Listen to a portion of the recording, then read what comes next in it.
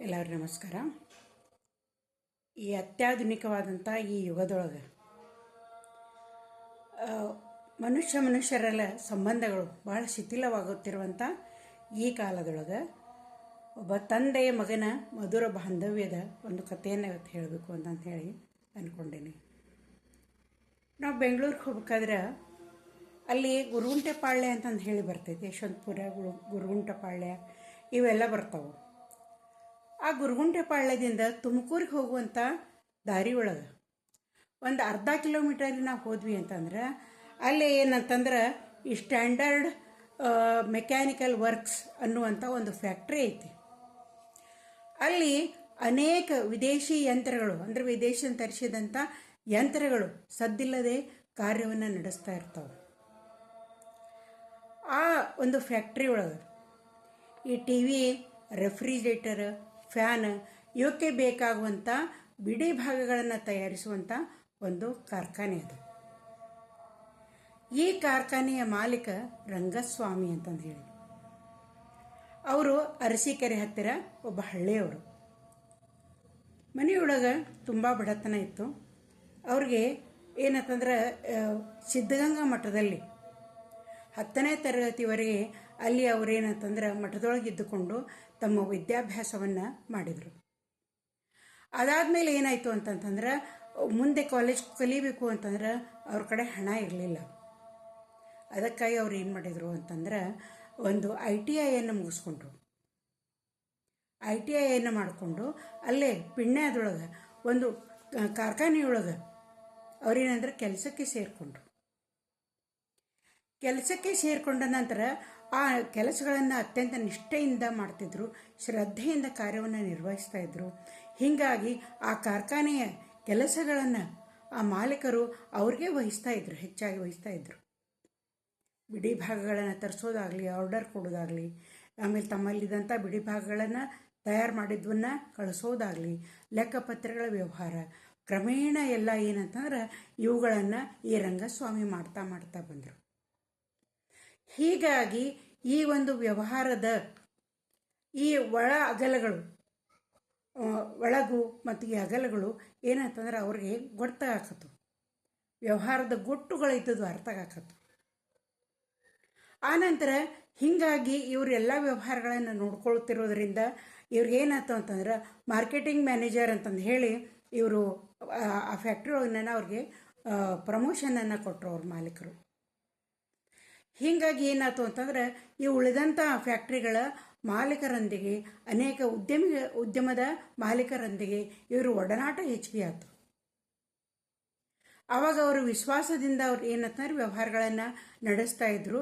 ಆ ನಂತರ ಈ ವ್ಯವಹಾರದ ಒಳಗುಟ್ಟುಗಳೆಲ್ಲ ಅರ್ಥ ಆದ್ಕೊಳ್ಳಿ ಅವ್ರಿಗೇನು ಅನ್ನಿಸ್ತು ಅಂತಂದ್ರೆ ನಾನು ಕೂಡ ಒಂದು ಸಣ್ಣ ಫ್ಯಾಕ್ಟ್ರಿಯನ್ನು ಯಾಕೆ ಪ್ರಾರಂಭ ಮಾಡಬಾರ್ದು, ಸ್ಪೇರ್ ಪಾರ್ಟ್ಸ್ಗಳನ್ನು ತಯಾರು ಮಾಡುವಂತಹ ಒಂದು ವರ್ಕ್ಶಾಪನ್ನು ನಾನು ತಯಾರು ಮಾಡಬಹುದಲ್ಲ.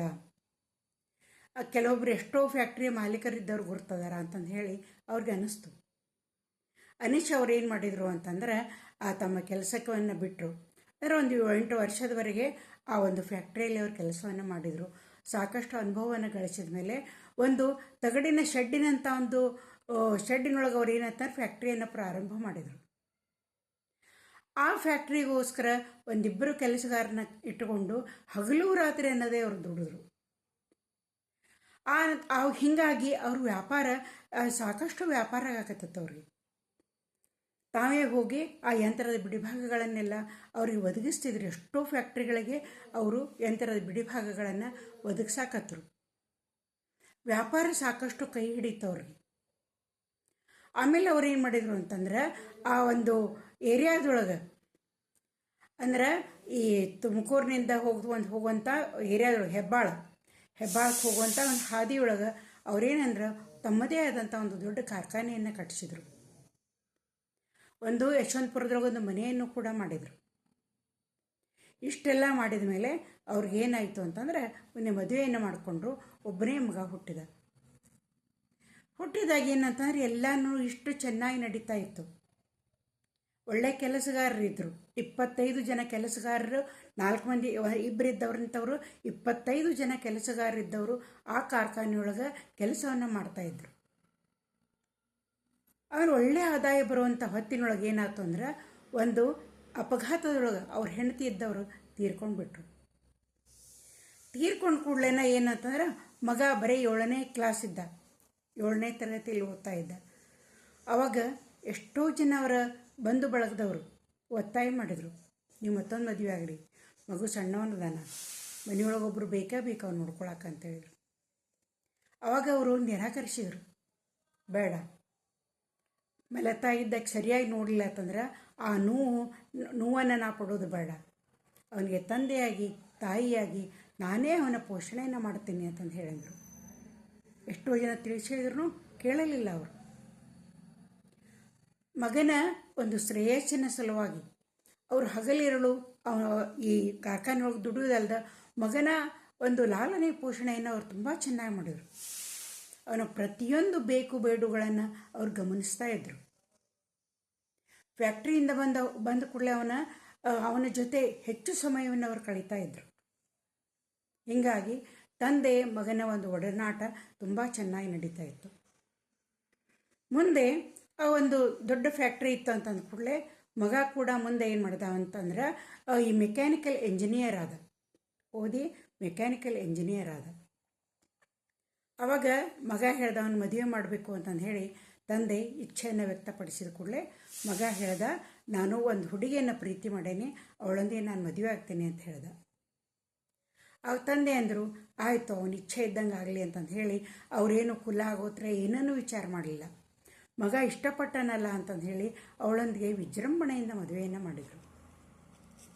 ಅದಾದಮೇಲೆ ಕೆಲವು ವರ್ಷಗಳಲ್ಲಿ ಅವ್ರಿಗೇನು ಅನ್ನಿಸ್ತು ಅಂತಂತಂದ್ರೆ, ಎಷ್ಟೋ ವರ್ಷಗಳ ಕಾಲ ಆ ಫ್ಯಾಕ್ಟ್ರಿಗೆ ಅವರು ದುಡಿದಿದ್ರಲ್ಲ, ಇನ್ನು ನಾನು ವಿಶ್ರಾಂತಿ ತೊಗೊಂಡ್ರಾಯ್ತು, ನನ್ನ ಮಗ ದೊಡ್ಡವನಾಗ್ಯಾನ, ಎಲ್ಲ ಫ್ಯಾಕ್ಟ್ರಿ ಜವಾಬ್ದಾರಿಗಳನ್ನು ಅವನಿಗೆ ವಹಿಸ್ಕೊಡ್ಬೇಕು ಅಂತಂದು ಹೇಳಿ ಅವರು ತಮ್ಮ ಮನೆ, ತಮ್ಮ ಫ್ಯಾಕ್ಟ್ರಿ ಎಲ್ಲ ಆಸ್ತಿಯನ್ನು ಮಗನ ಹೆಸರಿಗೆ ಮಾಡಿದರು.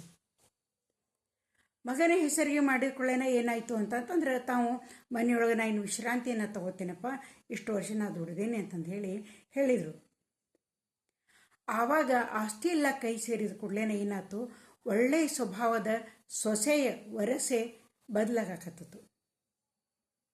ಈ ರಂಗನಾಥ್ ಅವರು ರಂಗಸ್ವಾಮಿಗೆ ಯಾವಾಗಲೂ ನಾವು ಎಷ್ಟು ಆಯುಷ್ಯ ಇರ್ತೀವೋ ಗೊತ್ತಿಲ್ಲ, ಅಲ್ಲಿಯವರೆಗೆ ತಿಂದುಂಡು ಚೆನ್ನಾಗಿರಬೇಕು ಅಂತಂದು ಹೇಳಿ ಅವ್ರು ಬಯಸ್ತಾ ಇದ್ರು. ಯಾವಾಗಲೂ ಒಂದು ದೋಸೆ ಇದರದ ಜೊತೆ ಜಾಮೂನ್ ಇರಬೇಕು, ಚಿತ್ರಾನ್ನ ಇತ್ತಂತಂದ್ರೆ ಅದ್ರ ಜೋಡಿ ಕೇಸರಿ ಬಾತ್ ಇರಬೇಕು, ಆನಂತರ ಈ ಪಲಾವ್ ಇತ್ತು ಅಂತಂದ್ರೆ ಈ ಚಿಪ್ಸ್ ಇರಬೇಕು. ಹಿಂಗೆ ಅವ್ರ ಬೇಡಿಕೆ ಇರ್ತಿ, ಅಂದ್ರೆ ಚೆನ್ನಾಗಿ ತಿಂದು ಉಣ್ಣೋದ್ರಲ್ಲಿ ಅವ್ರು ಬಹಳ ಆಸಕ್ತಿ ಇರ್ತಿತ್ತು. ಅದೇ ರೀತಿ ಪಲಾವ್ ಜೊತೆ ಒಂದು ವಾಟೆ ಗಟ್ಟಿ ಮೊಸರು ಇರಬೇಕು ಅಂತಂದು ಹೇಳಿ ಅವ್ರು ಅನ್ಕೋತಿದ್ರು. ಪಲಾವ್ ಮತ್ತು ಗಟ್ಟಿ ಮೊಸರು ಅವ್ರ ಅತ್ಯಂತ ಪ್ರೀತಿಯ ತಿಂಡಿಯಾಗಿತ್ತು. ಒಂದು ಸಲ ಏನಾಯ್ತು ಅಂತಂದ್ರೆ, ಅವ್ರು ತಿಂಡಿ ತಿನ್ನೋದಕ್ಕೆ ಕೂತಿದ್ರು. ಅವ್ರ ಮಗ ವಾಕಿಂಗ್ ಹೋಗಿದ್ದ, ಅವನು ಬಂದ, ತನ್ನ ಶೂಗಳನ್ನು ಬಿಚ್ಚುತ್ತಾ ಇದ್ದ. ಆಮೇಲೆ ತಂದೆ ತಿಂಡಿ ತಿನ್ನಕ್ಕೆ ಕುಂತಾ ಇದ್ದರು. ಇವ ಬಂದದ್ದು ಅವ್ರಿಗೆ ಗೊತ್ತಿರಲಿಲ್ಲ, ಅವ್ರ ಹೆಂಡತಿಗೂ ನೋಡಿರಲಿಲ್ಲ. ಆಮೇಲೆ ತಂದೆ ಕೇಳಿದರು, ಏನೋ ಪಲಾವನ್ನಾಗಿ ತಂದಿಟ್ಲು ಸೊಸೆ. ಇಟ್ಟು ಕೂಡಲೇ ತಂದೆ ಕೇಳಿದರು, ಆಮೇಲೆ ಅಮ್ಮ ಒಂದು ವಾಟೆ ಗಟ್ಟಿ ಮೊಸರನ್ನು ಕೊಡು ಅಂತ ಕೇಳಿದರು. ಅವಕ್ಕೆ ಇಲ್ಲ, ಗಟ್ಟಿ ಮೊಸರೆಲ್ಲ ಮುಗಿದು ಹೋಗೈತಿ ಅಂತಂದು ಹೇಳಿ ಬಿರುಸಾಗಿ ಅಂದು ಒಳಗೆ ಹೋಗ್ಬಿಟ್ಲು. ಆಮೇಲೆ ಮಗ ಬಂದಮೇಲೆ ತಂದೆ ಮೇಲೆ ಆಯ್ತು ಬಿಡಮ್ಮ ಇದನ್ನೇ ತಿಂತೀನಿ ಅಂತೇಳಿ ಅದನ್ನ ತಿಂತಾಯಿದ್ರು. ಅವರು ತಿಂಡಿಯನ್ನು ಮಾಡ್ತಾಯಿದ್ರು. ಮುಂದೆ ಮಗ ಬಂದು ತಂದೆ ತಿಂಡಿ ಆದಮೇಲೆ ಅವ್ರು ಹೊರಗೆ ಪೇಪರ್ ಓದ್ಕೊಂತ ಕುಂತರು. ಮಗ ತಿಂಡಿಗೆ ಕುಂತ. ತಿಂಡಿ ತಿನ್ನಾಕ ಕುಂತ ಕೂಡಲೇ ಆಕೆ ಪಲಾವನ್ನು ತಂದು ಕೊಟ್ಟಳು. ಅದರ ಜೊತೆ ಒಂದು ವಾಟೆ ಗಟ್ಟಿ ಮೊಸರನ್ನು ಗಂಡನಿಗೆ ಕೊಟ್ಟಳು. ಆವಾಗ ಮಗ ಹೇಳ್ದ, ಅಲ್ಲ ಅಪ್ಪ ಈಗಾಗಲೇ ಕೇಳಿದ್ರು, ನಿಮ್ಮ ಮೊಸರು ಆಗೈತಿ ಅಂತ ಹೇಳೋದಿಲ್ಲ ಅಂದ ಕೂಡಲೇ ಆಕೆ ಏನಂತಂತಂದ್ರೆ ಸ್ವಲ್ಪ ಬಿರಿಸ್ಲೇನ ಅಂದ್ಬಿಟ್ಲು. ಅವ್ರ ವಯಸ್ಸಾಗೈತಿ, ಅದು ಕೊಡು ಇದು ಕೊಡು ಅಂತಂದು ಹೇಳಿ ಕೇಳಬಾರ್ದು. ಆಮೇಲೆ ಇವತ್ತು ಮೊಸರು ಕೊಡು ಅಂತಾರೆ, ನಾಳೆ ತುಪ್ಪ ಕೊಡು ಅಂತಾರೆ. ಇದೇನು ಹೋಟೆಲ್ ಅಂತ ತಿಳ್ಕೊಂಡೇರೇನು? ಅವ್ರು ಏನು ಬೇಡ್ತಾರೆ ಎಲ್ಲ ಮಾಡಿ ಹಾಕಕ್ಕೆ ನಾ ಏನು ಆಳಲ್ಲ ಅಂತಂದು ಹೇಳಿ ಹಿಂಗೆ ಬಿರುಸಾಗಿ ಮಾತಾಡಕತ್ಲು. ಇನ್ನು ಏನಾದರೂ ಅಂದ್ರೆ ಮನೆಯೊಳಗೆ ಜಗಳ ಆಕೈತಿ ಅಂದ್ರೆ ಮಗ ಸುಮ್ಮನೆ ಇದ್ದ. ಆಮೇಲೆ ಮತ್ತೊಂದು ಕೆಲವು ಸಲ ಆಕೆಗೆ ತಿಳಿಸಿ ಹೇಳ್ದ, ನಮ್ಮ ತಂದೆ ಭಾಳ ಕಷ್ಟಪಟ್ಟಾರ, ನನ್ನ ಸಲುವಾಗಿ ಮತ್ತೊಂದು ಮದುವೆಯೂ ಆಗಲಿಲ್ಲ. ಅವರು ನನ್ನನ್ನು ಕಣ್ಣ ರೆಪ್ಪೆಂಗೆ ನೋಡ್ಕೊಂಡಾರ. ಅವರನ್ನು ನೀನು ಚೆನ್ನಾಗಿ ನೋಡ್ಕೋ, ನಿನಗೆ ಎಲ್ಲ ಹಾಳು ಕಾಳು ಎಲ್ಲ ಸೌಕರ್ಯಗಳನ್ನು ಮನೆಯಾಗದವು, ಚೆನ್ನಾಗಿ ಅವ್ರ ಆರೋಗ್ಯದ ಕಡೆ ಲಕ್ಷ್ಯ ಕೊಡು ಅಂತಂದು ಹೇಳಿದ ಕೂಡಲೇ ಆಕೆ ಏನಂತಂತಂದ್ರೆ ಅದನ್ನ ಮಾತನ್ನು ಕೇಳಲೇ ಇಲ್ಲ. ವಯಸ್ಸಾಗೈತಿ, ಏನು ಹಾಕ್ತೇವೋ ಅದನ್ನು ತಿಂದ್ಕೊಂಡು ಬಿದ್ದಿರಬೇಕು ಅಂತಂದ್ಲು. ಮಗನಿಗೆ ಭಾಳ ದುಃಖ ಅನ್ನಿಸ್ತು. ಆತ ಏನು ಮಾಡಿದ ಅಂತಂತಂದ್ರೆ ಒಂದು ದಿನ ತಮ್ಮ ತಂದೆಗೆ ಹೇಳ್ದ, ಅಪ್ಪ ಕೋರ್ಟ್ನಾಗ ಕೆಲಸ ಐತಿ, ನಾವು ನೀವು ಹೋಗಿ ಬರೋಣ ಅಂತಂದು.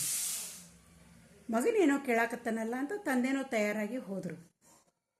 ಹೋದ ಕೂಡಲೇ ಆ ಮಗ ಏನು ಮಾಡ್ದ ಅಂದ್ರೆ ತನ್ನ ಹೆಸರಿಗೆ ತಂದೆ ಫ್ಯಾಕ್ಟ್ರಿ ಮನೆ ಎಲ್ಲ ಆಸ್ತಿಯನ್ನು ಬರೆದಿಟ್ಟಿದ್ನಲ್ಲ ಅದನ್ನು ಪುನಃ ತಂದೆ ಹೆಸರಿಗೆ ಮಾಡಿಸಿದ ಅವನ ಮಗ ವಕೀಲರಿಗೆ ಹೇಳಿ. ತಂದೆ ಯಾಕೋ ಈ ರೀತಿ ಯಾಕೆ ಮಾಡಾಕತ್ತಿ, ನನ್ನ ಹೆಸರಿಗೆ ಅದಕ್ಕೆ ಬೇಕಾಗೈತಿ ಅಂತಂದ್ರೆ ಎಷ್ಟೇ ಹೇಳಿದ್ರು ಮಗ ಕೇಳಲಿಲ್ಲ. ಇಲ್ಲಪ್ಪ ಅದೆಲ್ಲ ನಿಮ್ಮ ಹೆಸರಿಗೇನೆ ಇರಲಿ, ಮತ್ತು ಇನ್ನು ಮೇಲೆ ನಾನು ಆ ಮನೆಯಿಂದ ಹೊರಗೆ ಬರ್ತೇನೆ, ಒಂದು ಬಾಡಿಗೆ ಮನೆಯೊಳಗಿರ್ತೀನಿ, ನಮ್ಮ ಫ್ಯಾಕ್ಟ್ರಿ ಒಳಗೆ ನಾನು ಕೆಲಸ ಮಾಡ್ತೇನೆ. ಇನ್ನು ನಮ್ಮ ಫ್ಯಾಕ್ಟ್ರಿ CEO ಮ್ಯಾನೇಜಿಂಗ್ ಡೈರೆಕ್ಟರ್ ಎಲ್ಲ ನೀವ, ವಾರಕ್ಕೆ ನೀವು 2 ಸಲ ಬಂದ್ರೂ ಸಾಕು. ಒಬ್ಬ ನೌಕರಿಗೆ ನೀವೇನು ಸಂಬಳವನ್ನು ಕೊಡ್ತಿರಲ್ಲ ಅಷ್ಟೇ ಸಂಬಳವನ್ನು ನೀವು ನಮ್ಗೆ ಕೊಡಬೇಕು ಅಂತಂದು ಹೇಳಿದ. ಅವ್ರ ತಂದೆ ಅಂದರು, ಯಾಕೆ ಹಿಂಗೆಲ್ಲ ಯಾಕೆ ಮಾಡಾಕತ್ತಿ ನೀನು, ಎಲ್ಲ ನಿಂದೇ ಅಲ್ಲಪ್ಪ ಅಂತಂದು ಹೇಳಿದರು.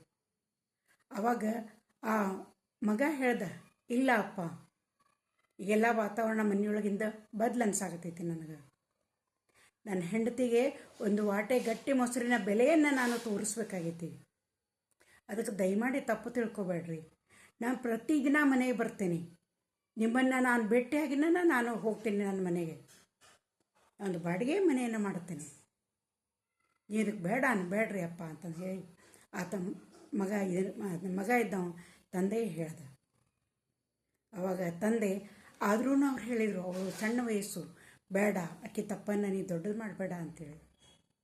ಮಗ ಅಂದ, ಇಲ್ಲ ಬುದ್ಧಿ ಕಲಿಸ್ಬೇಕಾಗಿತ್ತು, ಕಲಿಯತ್ತಾರಿಗೆ ಮುಂದೆ ಕಲಿಯೋದಿಲ್ಲ, ನಾ ಎಲ್ಲರೂ ಅಷ್ಟು ಸಾಕಷ್ಟು ತಿಳಿಸಿ ಹೇಳಿದ್ರೆ ಕೇಳಿಲ್ಲ ಅಪ್ಪ, ಈ ಬುದ್ಧಿ ಕಲಿಸುವಂಥ ಸಮಯ ಬಂದೈತಿ ಅಂತಂದು ಹೇಳಿ ಮಗ ಹೇಳ್ದ. ಈ ರೀತಿ ಈ ತಂದೆ ಎಷ್ಟು ಕಷ್ಟಪಟ್ಟು ಅವತ್ತನ್ನು ಬೆಳೆಸಿದನಲ್ಲ, ಮಗ ಅವರ ಒಂದು ಪ್ರೀತಿ ವಿಶ್ವಾಸವನ್ನು ಅವ ಯಾವಾಗಲೂ ತೋರಿಸ್ತಾ ಇದ್ದ. ಹೀಗಾಗಿ ಅವರ ಈ ಒಂದು ಮಧುರ ಬಾಂಧವ್ಯ ಯಾವಾಗಲೂ ಹಿಂಗೆ ಉಳೀಲಿ ಅಂತಂದು ಹೇಳಿ ನಾವೆಲ್ಲರೂ ಆಶೆ ಮಾಡ್ತಾ ಅವರ ಈ ಕಥೆಯನ್ನು ನಾನು ಮುಗಿಸ್ತಾ ಇದ್ದೇನೆ.